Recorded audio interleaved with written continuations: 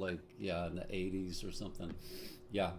Cool. Well, nice. Well, I would love to hear your version of Red River Valley or Moon Glow one of these days. And we'll jump right into these bird blues. And hold on, let me do this. All right. Um, and how many of you have ever heard of bird blues? Anybody had heard of it before this? Virginia? No one? Okay. Cool. Well, it's an awesome thing. And if there wasn't enough evidence that Charlie Parker was a genius, we've got it with simply just this. Well, I want to start out with just kind of getting us into the world of B flat blues. And for those of you who are in the jazz classes, we did a very similar thing in the key of C. And so just taking it down a step. But I just like to kind of take a look at this, contextualize it, and even have like a, the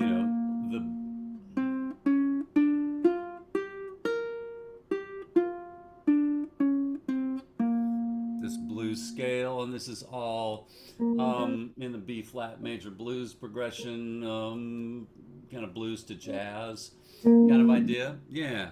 And then we've got our typical 1 4 1 1 4 4 1 1 5 4 1 5, and in B flat it gives us a B flat 7 and an E flat 7, B flat 7 and B flat 7, E flat 7, B flat 7, and then F7,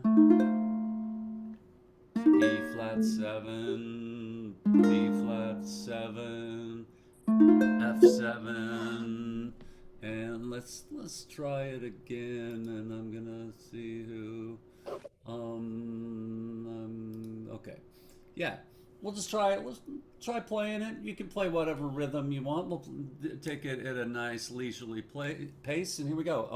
1, 2, 3, 4, B flat, E flat, B flat,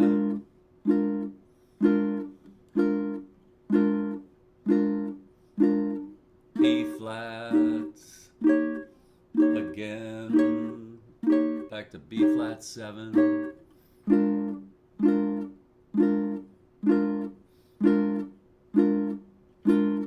F7, E flat 7, B flat 7, and the 5 chord, the turnaround on F7. Yeah. Now we could do that all day if this was a blues class, but I want to jump to some of these cool changes we've learned in the past in different keys, and this time looking at some jazz blues and sticking with that 1 chord B flat 7, 4 chord E flat 7, back to B flat 7, and now throwing in this F minor 7 to B7, which is kind of a 2 5 and E flat, which of course follows with an E flat. We've got this G diminished 7, B flat, D minor 7, G7, C7, F7, and then this 1 6 2 5. And again, this is the jazz blues, and give it a shot. 1 2, ready, go.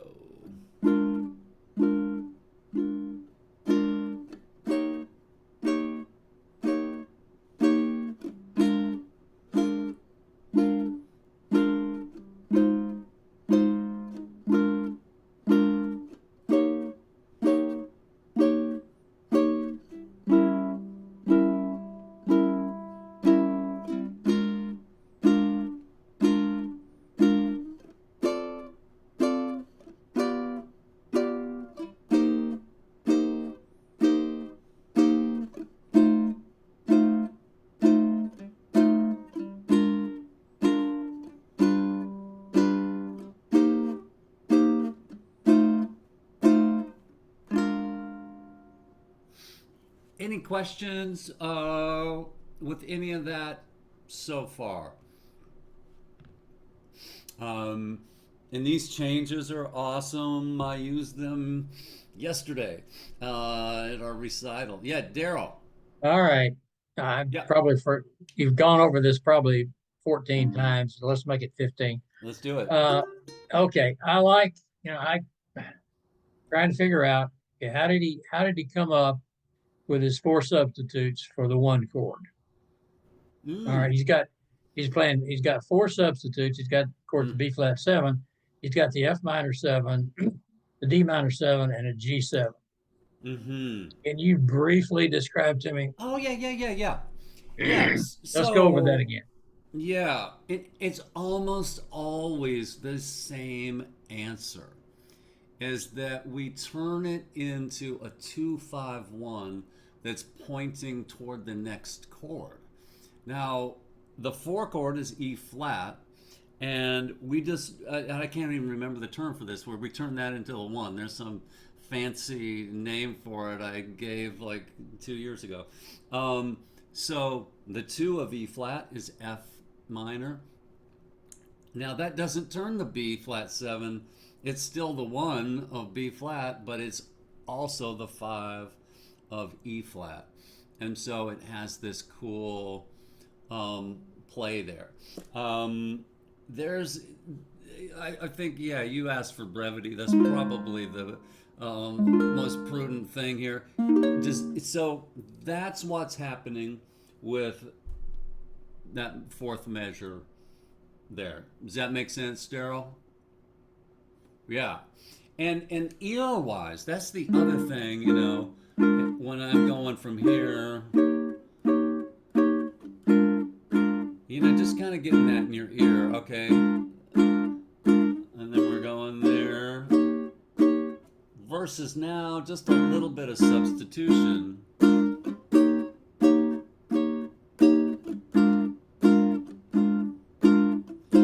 Just a nice kind of relief from that. And it tells us that we're on the jazz side of blues. Now, a completely different thing is happening on the last two measures. The only thing that really has to happen here is, so from our previous thing that we looked at, would be the last two measures would be like in a pure blues way. The one and the five. Now it needs to end on the five to go back to the one. So the ending of this is kind of figured out. And the beginning, it needs to, it's this, if it was just the regular blues, it's like a 5-4-1-5. So we're starting on B flat, and we're just adding a 1-6-2-5. And so that G7 is the sixth chord. Yeah, of B flat. Question and ask. Does that make sense? Yeah, Grace. Uh, in the fourth bar, it's like you said 2-5-1 leading to the fifth. Can we think of it as like 5-1 and then go back to the four? Same, right? Um, So like in jazz blue, yeah, it's on the fourth measure, that F minor seven to so can we just think of it as 5-1 and then go back to the four, which is E flat seven? Or is it always better I to wouldn't. I would look for the 2-5-1s just to get really good at that, because that is how it's broken up, and it's also a minor five if you looked at it that way, which is kind of a weird cadence. And so I think this way of looking at it gives us the more mercurial nature of the changes, and that we're like so much in life, it's like if you look a step ahead, it will give you the answer for the current step sometimes, and that's what's going on. Yeah, Um, Kevin, that's it. Yeah, that I didn't go that path. I should have. Uh, I started by just writing the chords, all the chords that he was using in the one slot, in the one chord, hmm and then going from there. Now I can see going from there and then go look for the 2 5 1 and where they fit. Does that Yeah, process seem right? yeah. And so, I'll just say this for these things. I think that there's a number of times of being exposed to this and playing around with it that it will click. But I think the best thing for those wanting to figure this out would be to chart this out in every key.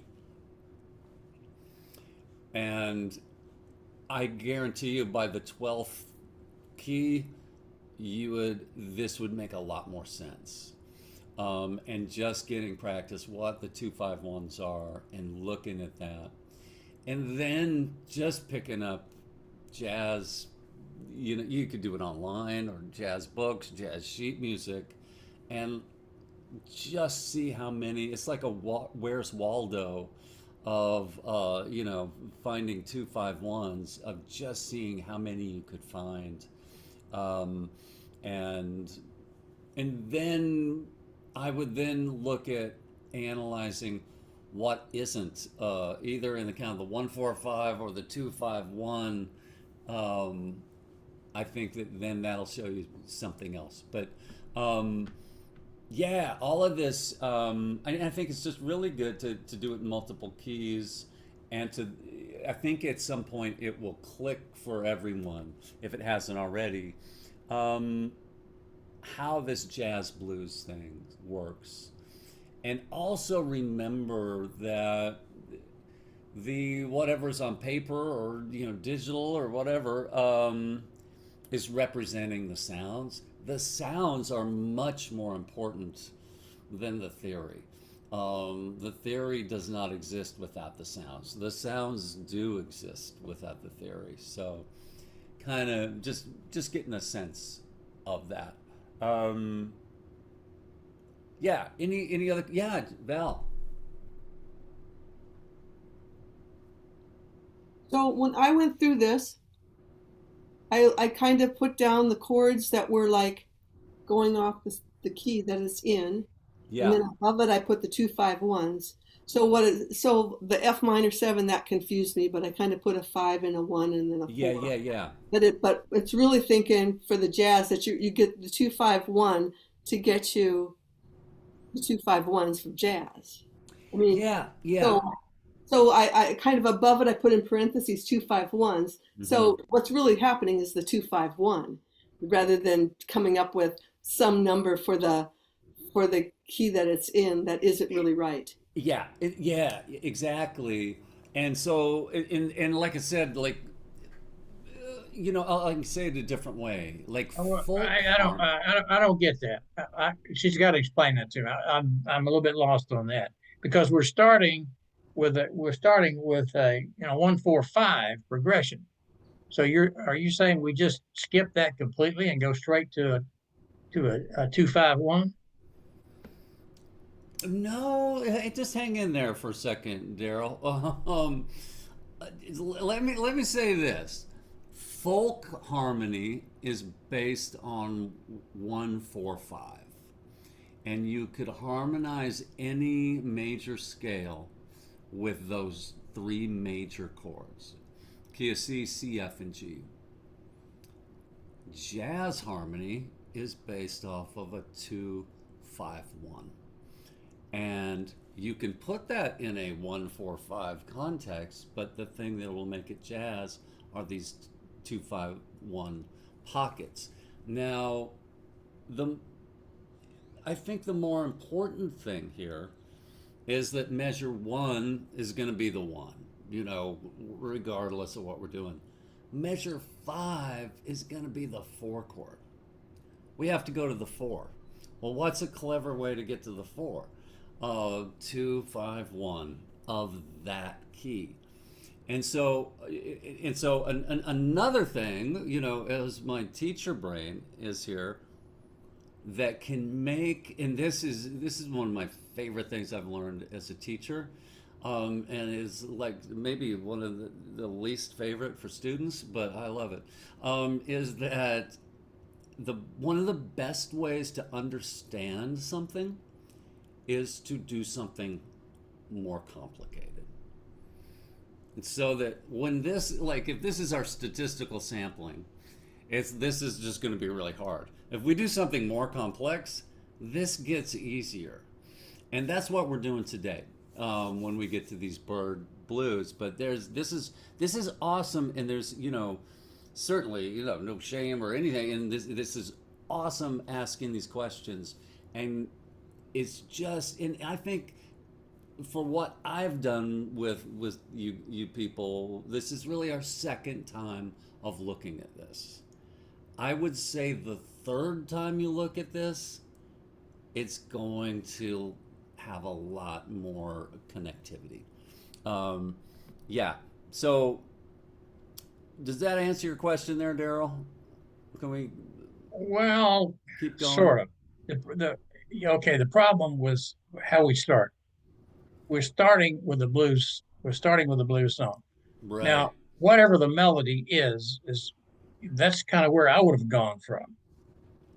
I mean, if I've got a melody, if I'm going to have licks that are associated with the 1 4 5, and now I'm trying to put that in a jazz context, am I just going to, how am I going to make that kind of a transition over to those chords, which are If the Yeah, two yeah, five yeah. one? So If you want to we've play talked blue, about that, but it if you has to want do with the way that melody is going to sound up against those, or the chords up against that melody that was put together for the straight 1 4 5. It in one side's going to be a blues sound, and one side's going to be a jazz sound. And I think that it also would be really helpful to listen to jazz blues stuff. Maybe I can create a good playlist for that. Yeah, so that All you could right. Wait, hear one the more comment. difference. I've done this in Guitar Pro. I've gone Hmm. over and made some licks in Guitar Pro that were straight 1 4 5 licks to go with that. Just make them up, Hmm. and then go over and try to play a 2 5 1, and they don't always work. At least in my ear, it doesn't work. And maybe it's because Yeah, you're right. Yeah, yeah, yeah. there's how do I get from a if I've got a blues, if I want to play Well, blues. Daryl, I wanna stop you, and I want to continue with what this class is All about. right. We could All right. have that talk. That's something different. All right, thank you. Yeah, and so we've got these cool sounds from this jazz blues in B flat. We've got some 2 5 1s. As we go to this bird blues, we're going into a whole other thing. Um, and the first change that would throw a person's ear to say, is this even blues?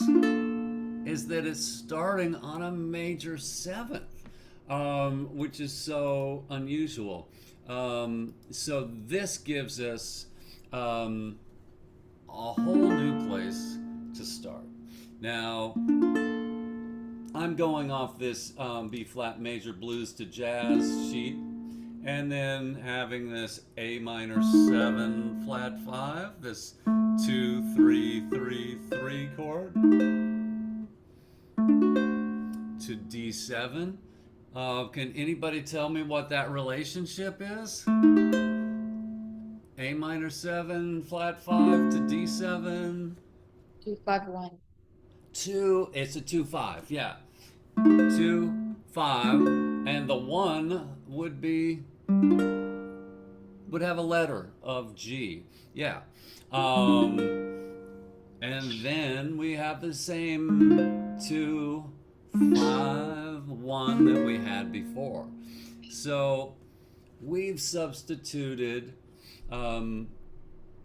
this 251 for originally, this sound, and I'll just play these.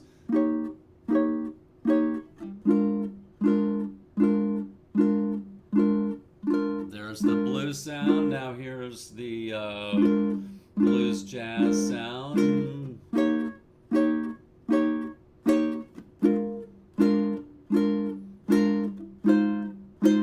And now here's the bird blues sound.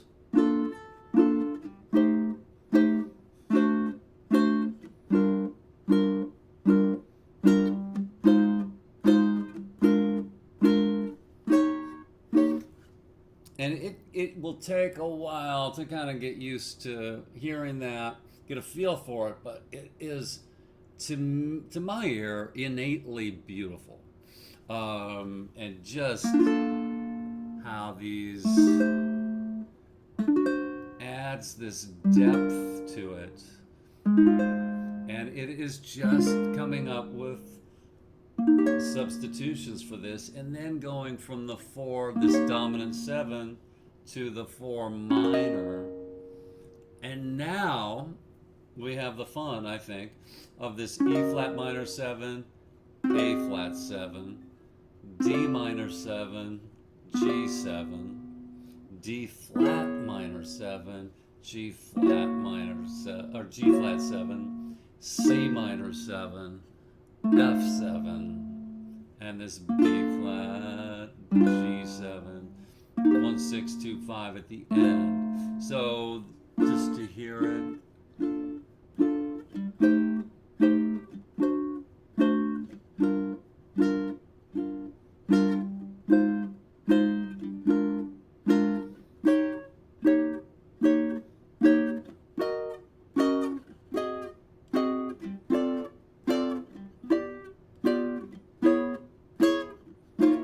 Sorry.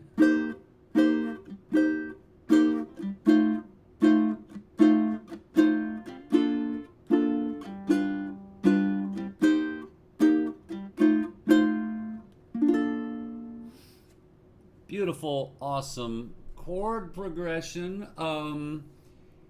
E flat minor 7 and A flat 7. How are those chords related? What could we call those two chords? A 2 and a just 5. read Virginia's lips. I think she said 2 5. 2 and 5. I would give her, yeah. Well, then, okay, so then we'll call on someone else. Then what's D minor 7 to G7? 2 5, okay. You guys are on to this. D flat minor 7 to G flat 7, 2 5. C minor 7 to F7, 2 5. Yeah. So we have this one can really kind of help connect that. And we have chromatically descending 2 5 1s. How Charlie Parker figured that out, I don't know. It's so awesome. I see your hand is up. Is that your hand up, Grace? Do you have a question? Yeah. So my question is like what is the characteristic of bird blues? Is it also the major 7 and the chromaticism? Yeah. So starting off the one with major, that makes it sound bird blue, and also moving chromatically. Yeah. In Yeah. And there's so much we can do with that. And we'll get into the some of the other stuff with this. But the first thing I want to talk about is the fingerings that we could use, and I'll repin this. And I would going from that dominant 7/4, the E flat 7, to I think there's kind of 2 fingerings to use. The bar with the first finger. Now I'm a little stronger with that, and I can throw my second finger on there. But then realizing I'm at the 6th fret for that shape at the 5th fret for this shape. 5th fret, 4th fret, 4th fret, 3rd fret, 3rd fret, 2nd fret, and then we're done. The other possibility is using my 3rd finger. And now sometimes when I use a weaker finger, I try this, I guess, cantilever approach, where my thumb and my finger are really far, so I can kind of get some torque. So I'm kind of twisting here to get this, and then I'm right in position for that next one.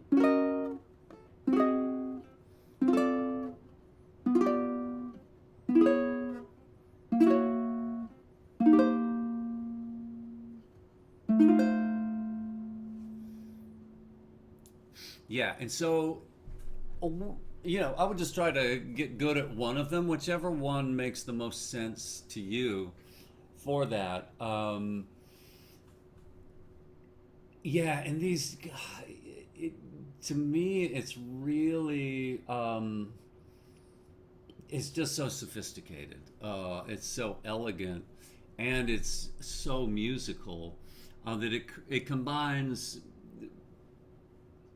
multiple chord colors like major 7, dominant 7, minor 7, flat 5, which is so cool, and it's got chromaticism, and that you can really hear just as that's walking down.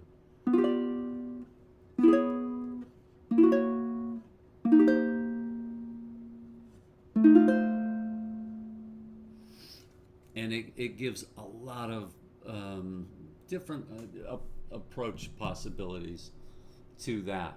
Can we play that? Let's do it. Let's do it, people. We'll just get some slow, gentle practice. So here we go. 1, 2, 1, 2, 3, 4.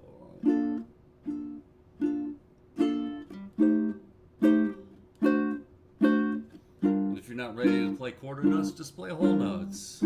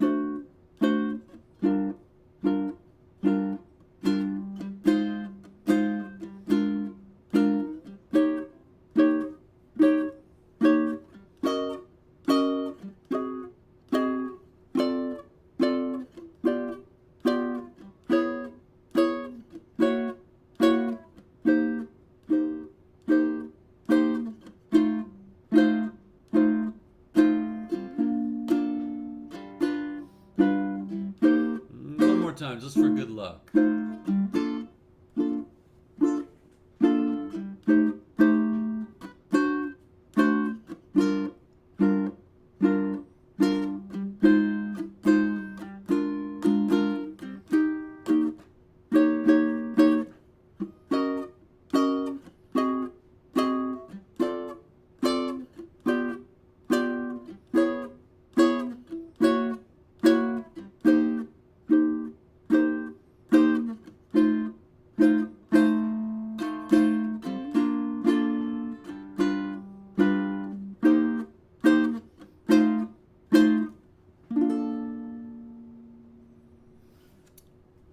Yeah, I know it's sounding awesome out there in your respective places. Hold on here. Let me hit a button. Yeah, so that's a nice intro just to the harmony. And also would want to make sure that I'm very clear that this is one set of chords for bird blues. And I also would say that I think the most common key for this is actually F, and that would involve a whole different approach. But I chose B flat for this because B flat is such a common blues key. So from here, I want to look at. I even have a couple of options and kind of like a little bit. These Bird Blues 1 and Bird Blues 2 changes. I want to look at those next. And we'll look at, as predictably, Bird Blues 1 first. Very similar to what we played, just a little easier. A minor and no flat 5 in that. I chose a different F minor 7, and then it's pretty much the same. So just want to show you how these differences kind of look. Let me. All right. Yeah. So we have B flat 7 again. You could play this A minor. That D7, and I have this F minor 7 here, which is 5, 5, 4, 6, and then a B flat 7, which is 3, 5, 4, 5, and that too. That's a good one to know. And then from there, we're pretty much in the same boat we were before. Just a little different way of getting that F minor 7 to B flat 7, that 2, 5, 1 there. And then we have this Bird Blues 2. This one has a couple other substitutions in it. I've got it on a horizontal thing, so I have to scroll a little bit. But we've got B flat major 7, and then that A flat minor 7 flat 5, and now a D7 sharp 9, or flat 9, sorry. And notice that, and this is an area that people get confused on a lot of times, is that my fingering has to almost completely change to go from 2, 3, 3, 3 to 2, 3, 2, 3, but they're only one fret on one string apart. And so to realize the only difference between these, I'm going from D to this, I'm on guitar baritone for a second. My brain does that sometimes. G to G flat.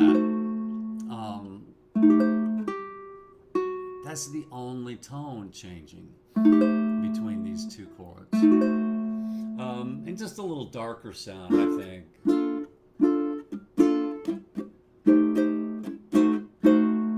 And then up to this G minor 7, this G flat 7, and an F minor 7, B flat 7, E flat. And so this happens sometimes.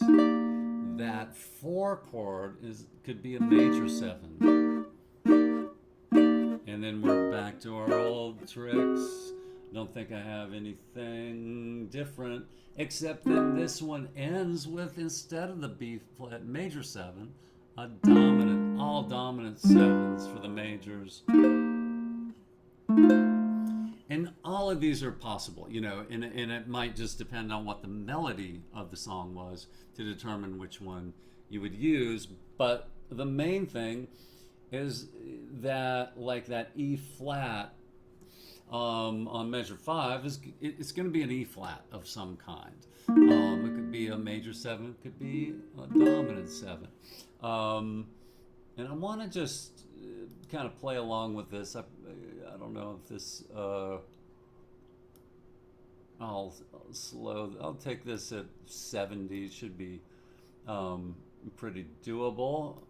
One would hope, and just play along with this, and then we'll have some fun with it. But just to get an idea. 2, 3, 4.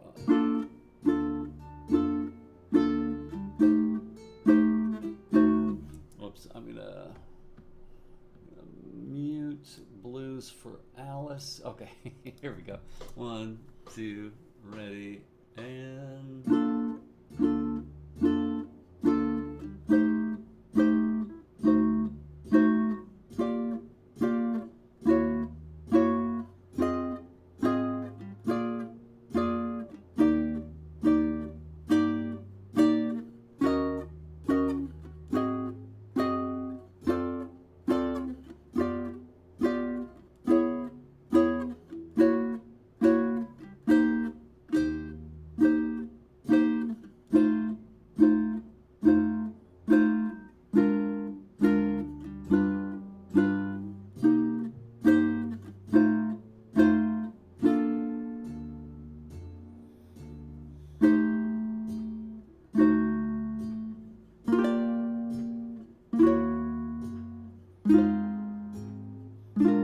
Play other forms of that. It kind of makes more sense. I'll show you.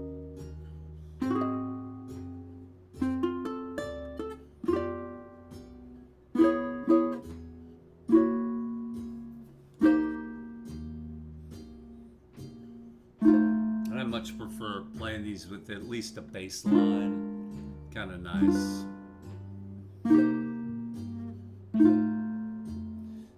Show you what I did there. I played this B flat, 7, A flat, this G minor 7, G7, same form of, so that I'm descending the whole way from that. Sometimes the voicing changes can be can kind of throw the ear off that we're going to that next sound. I'm still playing an F minor 7 and a B flat 7. The same ones we've seen 2 or 3 times already today. But that little could be a possibility. I'm going to show you something else too that I think it can be really useful. And sometimes, I think most of us are either more comfortable in the world of form and structure or more comfortable in the world of fantasy and imagination and intuition and that. I'm probably more on the latter. But what I notice a lot of times, people that are really good with the structure have a hard time deviating from the structure. And so I want to show you just one simple idea of a way to deviate is to play these chords in uneven intervals rhythmically. And one great way is on beat 1 and the and of 2. And there's tons, and I'll do a few, but instead of going, now that's great, but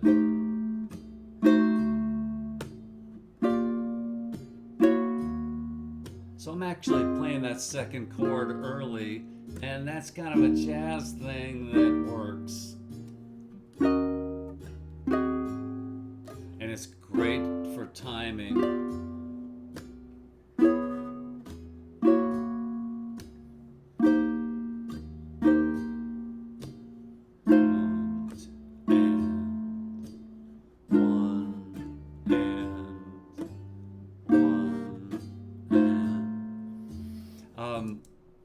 And so it will put these in an unpredictable way.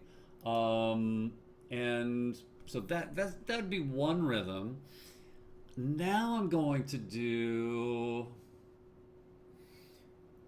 try to do play on beat 1 and the and of 4. Some of these may be hard, but this is slow enough. I think an old guy like me could hopefully make this happen. So it's not going to be anything on 2 or 3 or 4. It's going to be open, and just hear how the feel of this is different. Whoops, I was still talking when I hit 1. 1, 2, 3, 4.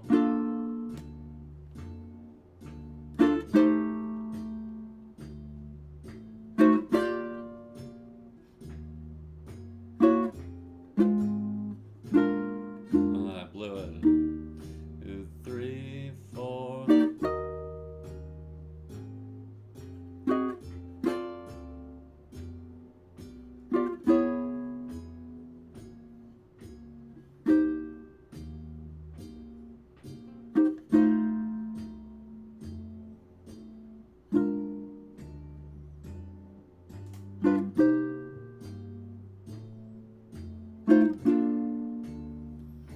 So there's all these ways of opening it up. And so if the instrument to listen to in jazz for this is piano. And so they're always comping out the chords and doing this. And to, my unstudied approach of this, just my own self-study. But what my ear has told me is it seems like the unwritten rule of that is you can not play the same chord voicings and the same rhythms 2 times in a row, ever. And so it's just like, how many different ways are there to do this? And it's pretty cool. And I saw this idea, like from Miles Davis's version of Autumn Leaves, had this beat 1 and a 4. But then you can make a different association with this, which is just so cool, because there's the 2/5 of A minor 7, D7 of some sort.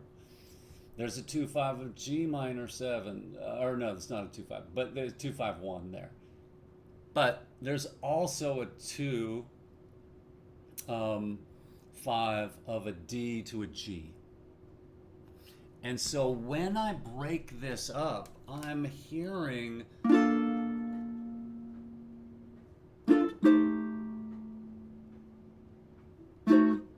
hearing that that 2/5. There's another, because I'm putting them together. Whereas when I keep it all even, I'm not quite hearing the intervallic jumps that are being made. Versus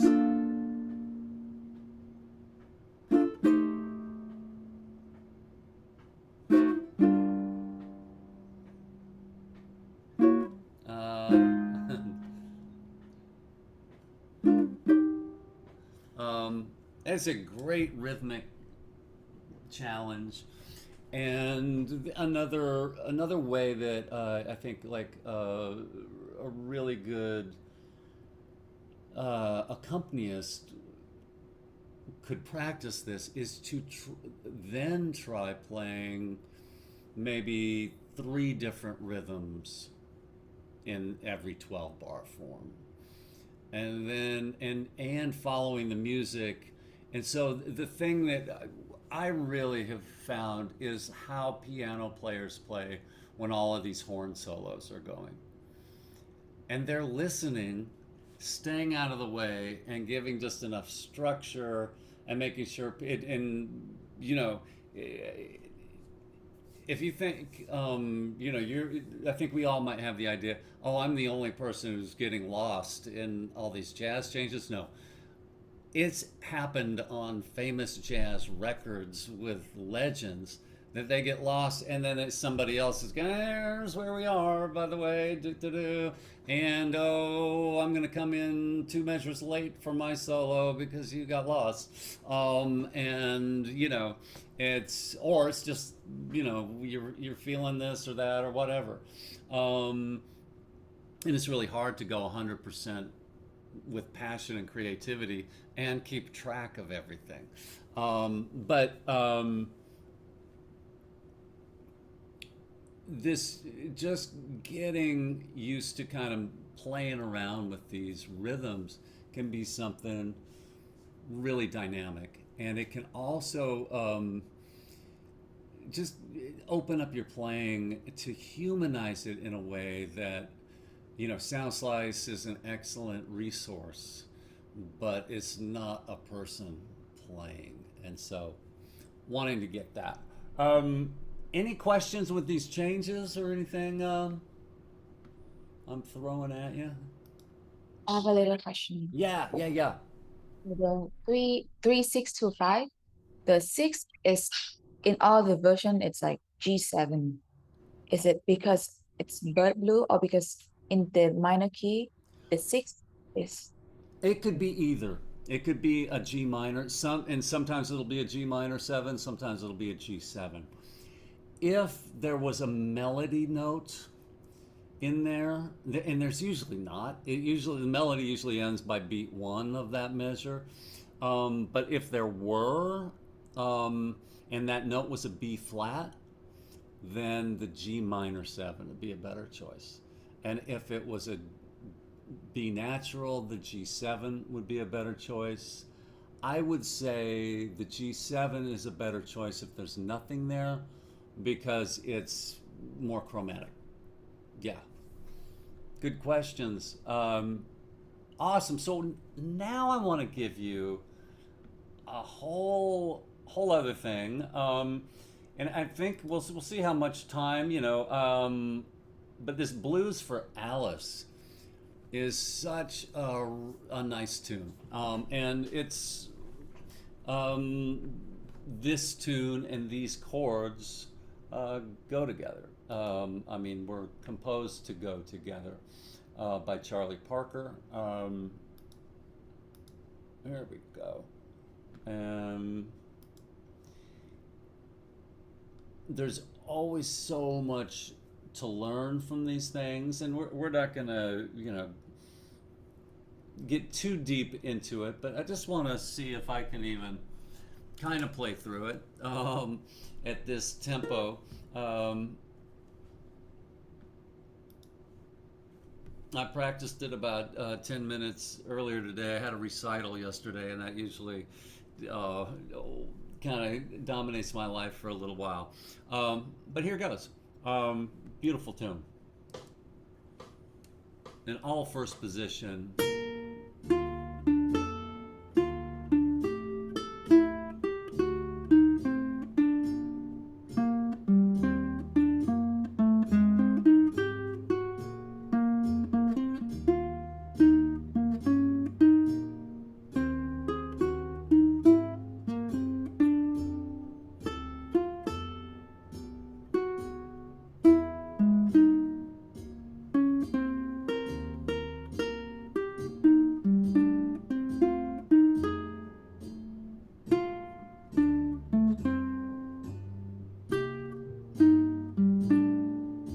Something like that, yeah. Really, really cool tune. And I feel like with good music, beautiful music, it can work at any tempo. We're not even going to talk about like Charlie Parker's tempos. This was probably like 180. I'm playing it at 70. And there was a period of time, I just saw one interview with Charlie Parker. He was like one of those people that was so organized, I think, with music and nothing else in his life. And talked about how he got to be as good as he was. And he said that he practiced 18 to 24 hours a day for a couple of years. And wow.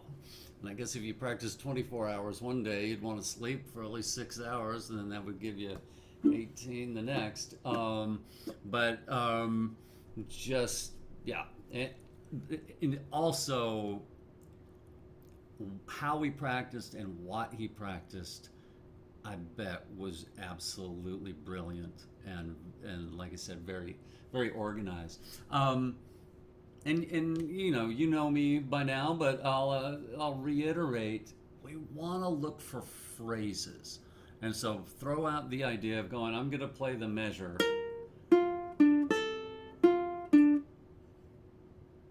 That's not a music. Is yeah. Um,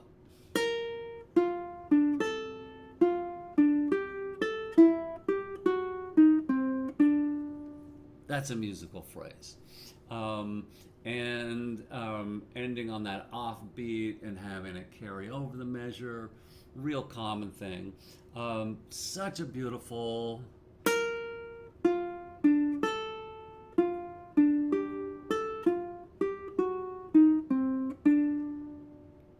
Really nice.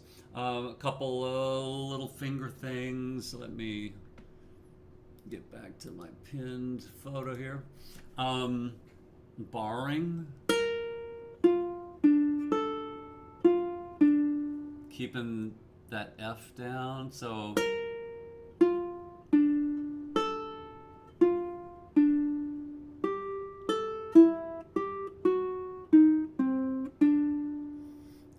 Versus kind of chasing every note.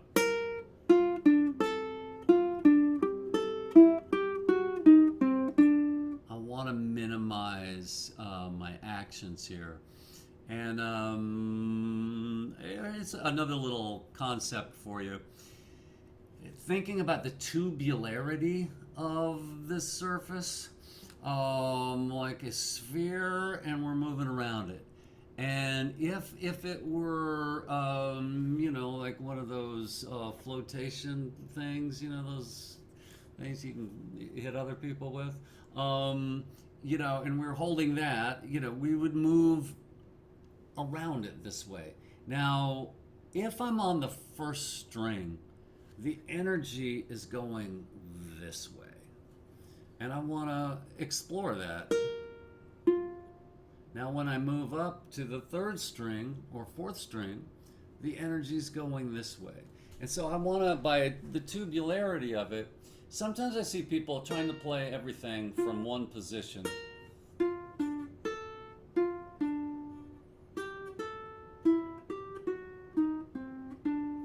Versus this.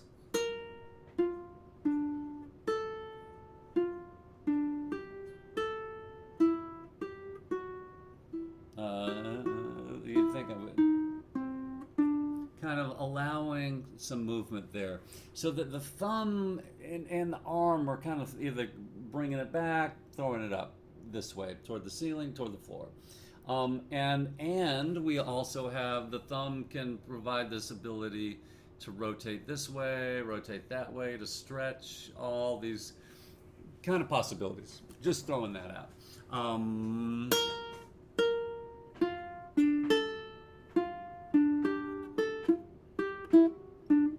Sorry.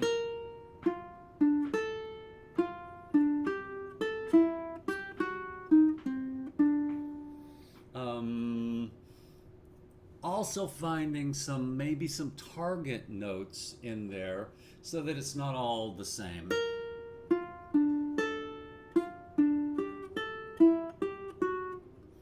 Sorry. So to me, that G in the second measure wants to pop. I don't know why.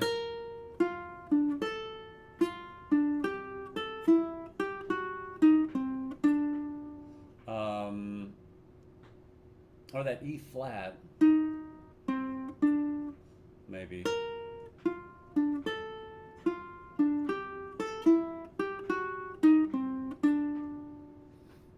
Awesome phrase.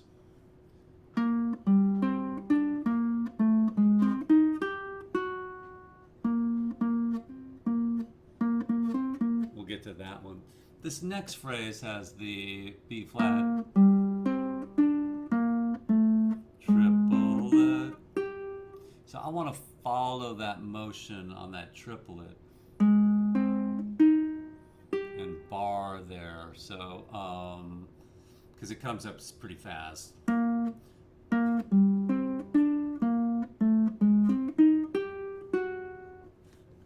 One, two, three, four, one.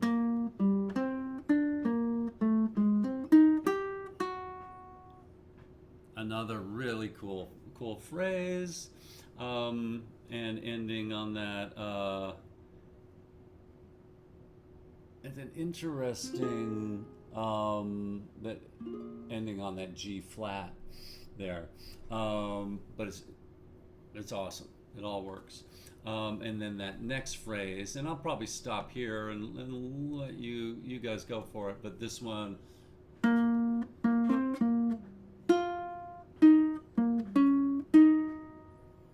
And this one, I think, really continues.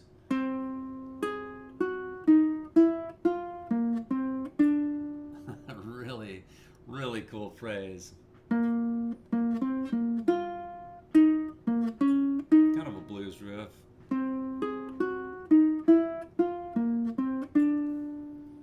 And I'll just cycle this from the top and just run through it. This is 70. If it's too fast for you, you can slow it down, but 2, ready, and...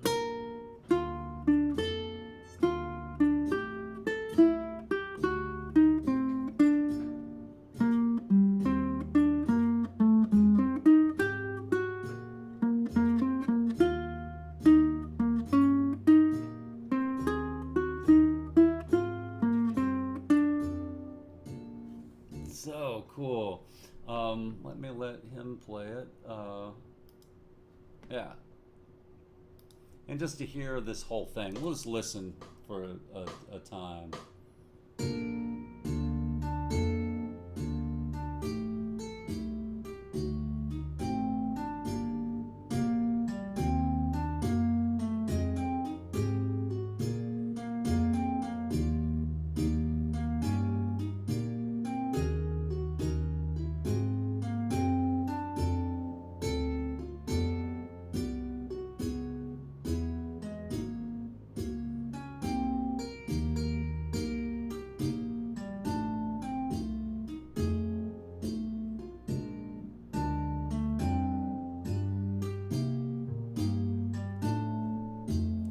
Yeah, really cool. It's got some little places here, like I measured 10 and 6 and 10 that really are great little finger exercises. And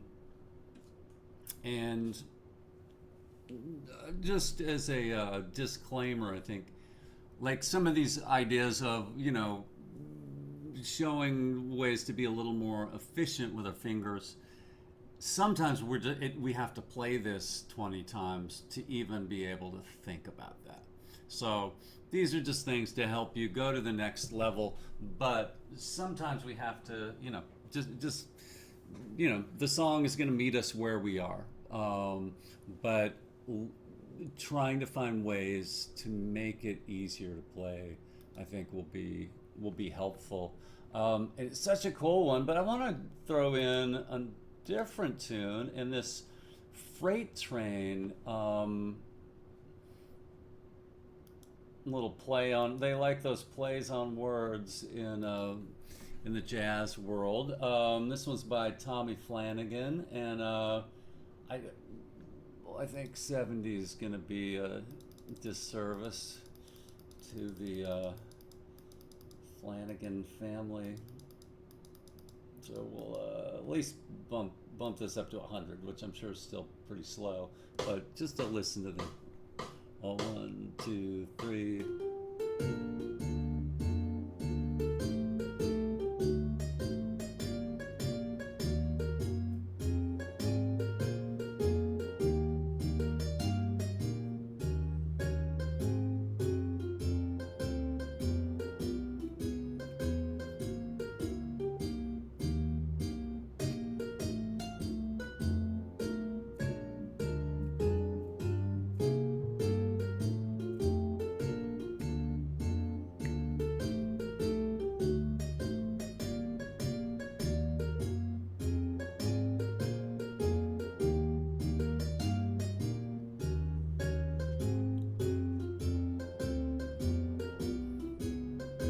go back to Blues for Alice here at the end this time.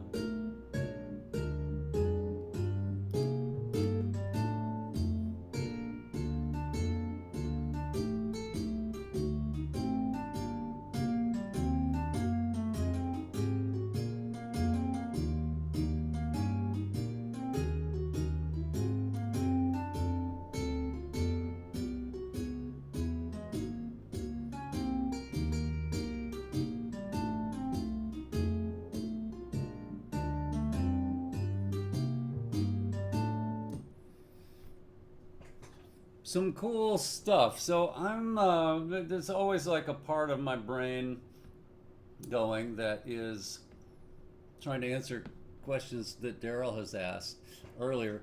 And so I want to, without opening this up too much, say that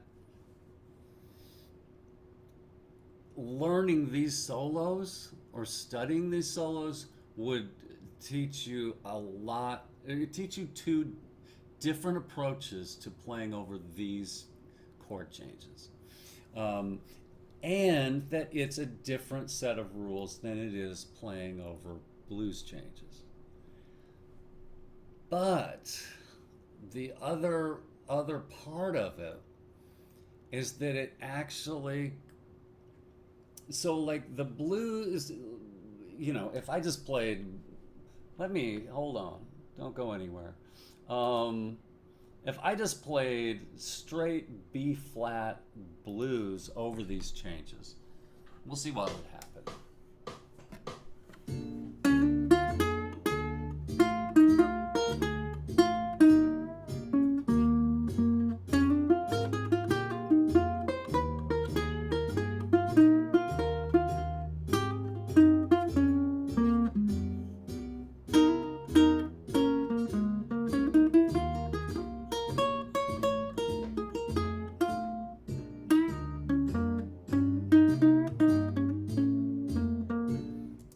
Not the worst sound in the world, not horrific or anything, but it would be hard to do like 5 solos with only that mindset.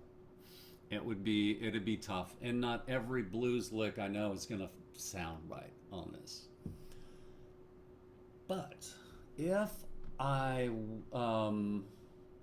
if you go the other way, taking the jazz licks, because those it's like I think you could kind of play Blues for Alice over, or a lot of it. You could take these ideas and play them over that, and it's a thing that happened especially in like the soul jazz movement a lot of times, is that players learned how to play over all these substitutions, and then you take away the substitutions and the solo is doing, it sounds so outside, and it sounds like you're putting jazz onto blues, which is exactly what you're doing.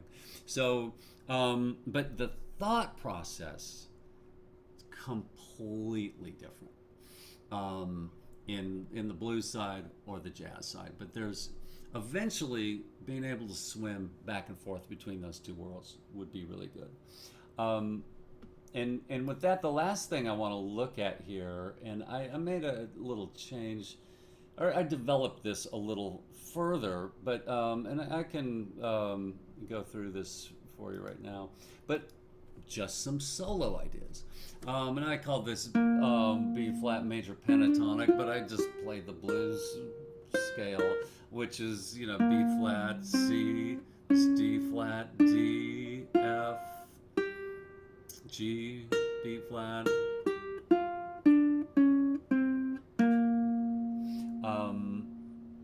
And that scale works really nicely over the first 4 bars. And then you could go to a B flat minor pentatonic or a B flat minor blues. That's the pentatonic, and the blues would just add the E natural.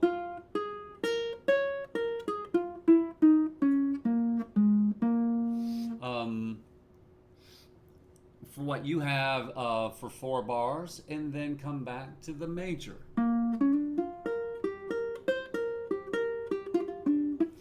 May not be perfect, but it'll get you somewhere, and I would just want to demonstrate it a little bit.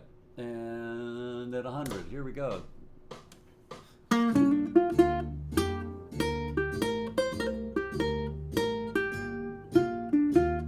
That's major blues, now minor.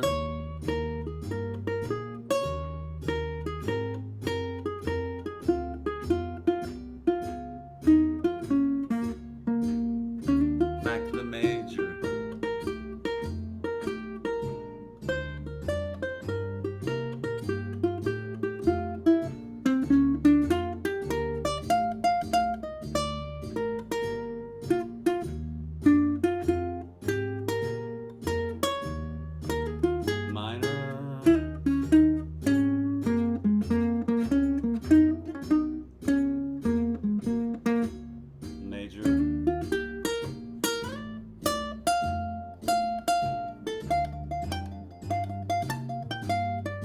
Take it further, B flat major.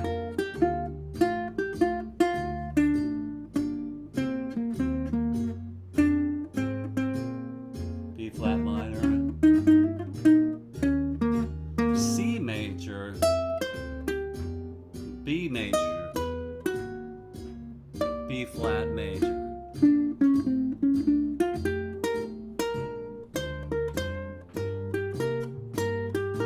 Again, B flat major.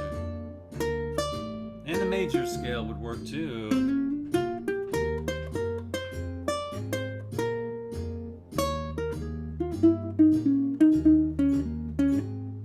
C, B, B flat.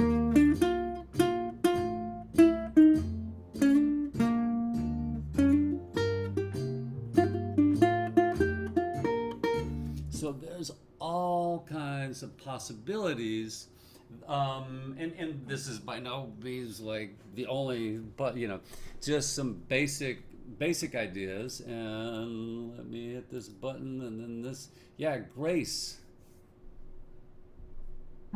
Just a quick question. So the solo ideas that you chose was major pentatonic and minor pentatonic and then major. It's swapped around, right? It's not like it's you just chose randomly. It could have been minor, major, minor as well. No. And so the boy, why? I don't know. I don't know if I can totally tell you why.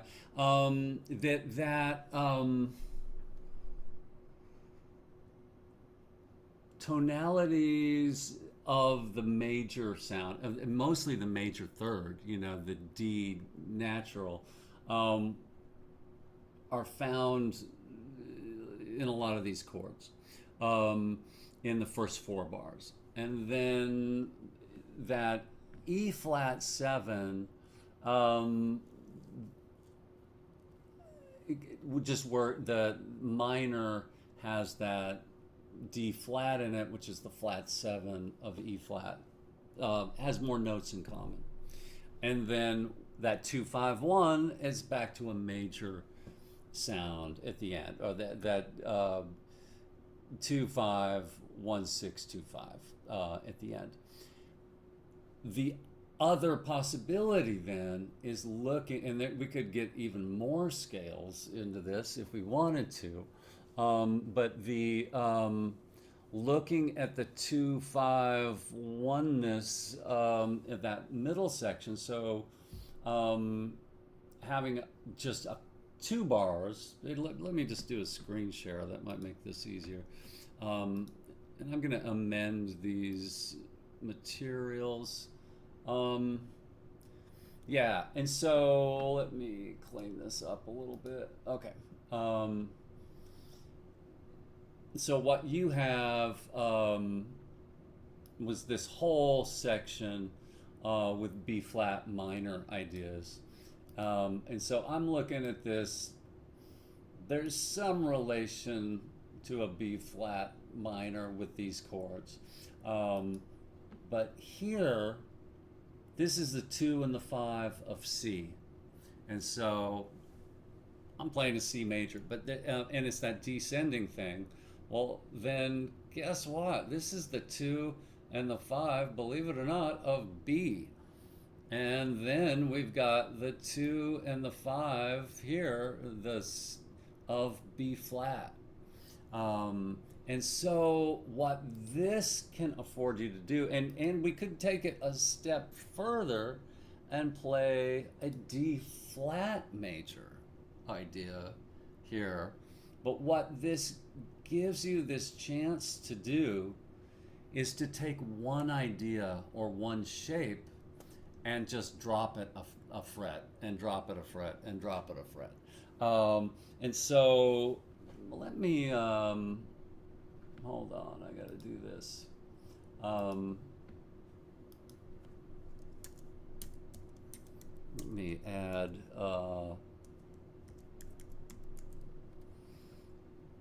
and show you what I mean, so that if I I'm playing this B flat minor kind of just a stock blues lick, and then go to, then I could go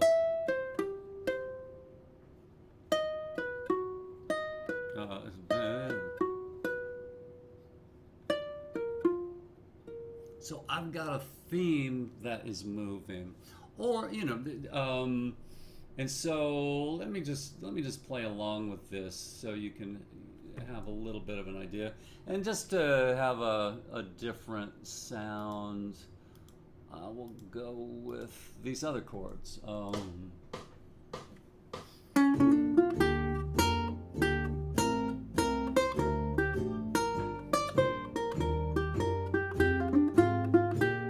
In the minor.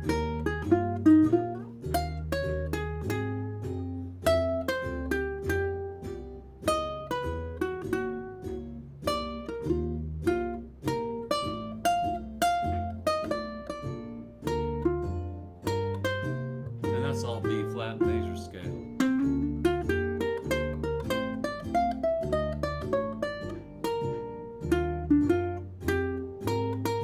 And then minor. D flat. C, B, B flat.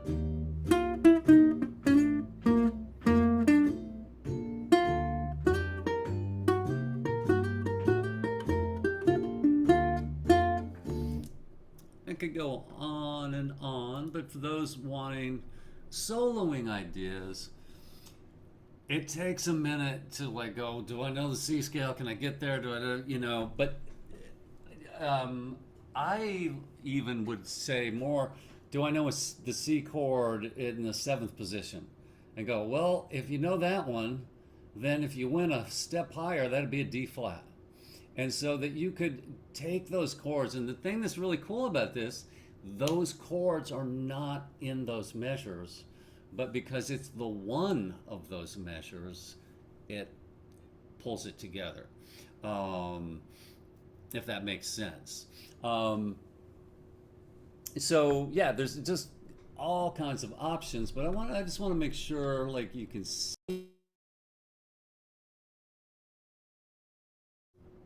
Whoops, not the button I meant to hit.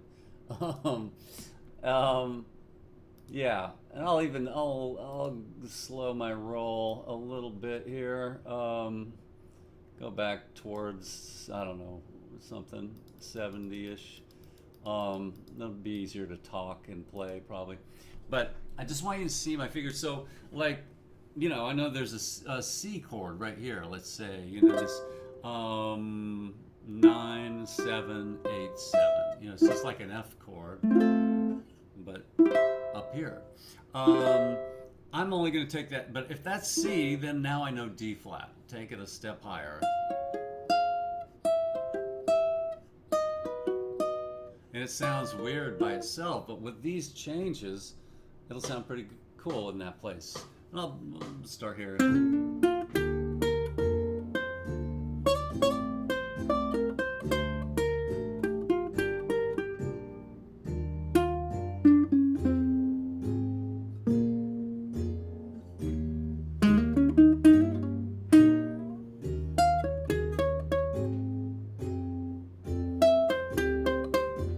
taking the same strings and the same rhythm.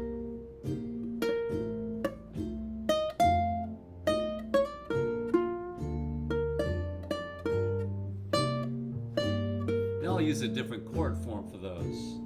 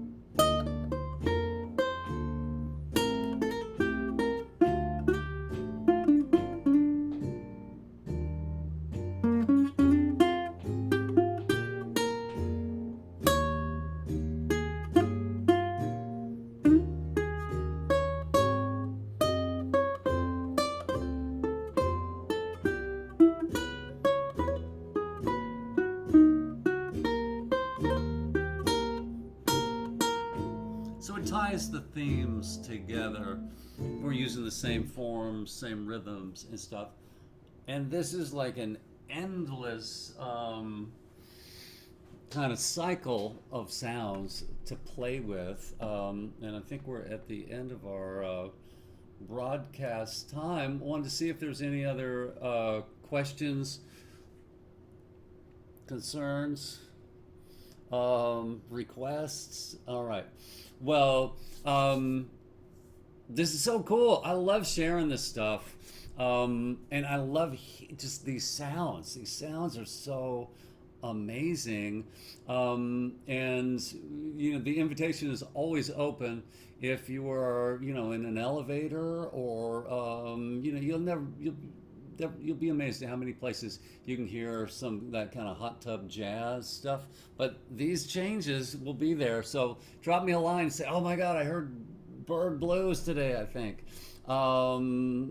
Any of those kinds of deals. And we'll do this again next month, and it'll be the month of May. And I've got some cool new discoveries I've been making too that I'm looking forward to sharing. And maybe thinking of taking a tune that we did in the jazz class and just totally blowing it up and rearranging it, or looking at other ways of approaching it. So we'll see about that, and take care. Thank you so much. Bye-bye.